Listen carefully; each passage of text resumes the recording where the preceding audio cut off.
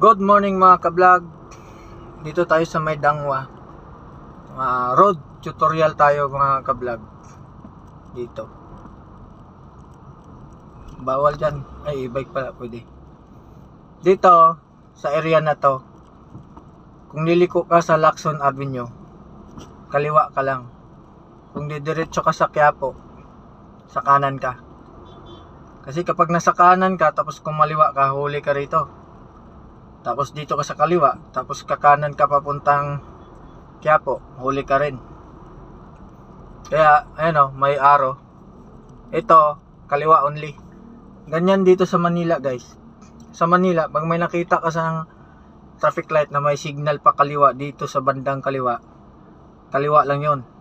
Kung didiretso ka pala, tapos nasa kaliwa ka nakapwesto, kumaliwa ka na lang, saka ka mag U-turn pabalik doon sa destinasyon mo.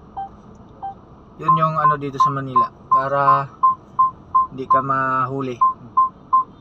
Mahirap, mababa sa 500 yan, tapos ariglohin mo.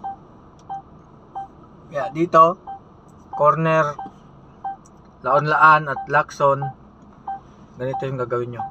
Pagkakaliwa kayo, stay lang kayo sa kaliwa. Pagkakanan kayo, doon din kayo sa kanan. Although, yung traffic light dyan, 4. Yung sign niya, 2 pakaliwa, 2 meron yata in-cap dito eh. Kasi walang nagbabantay ngayon, himala. Ganun lang dito.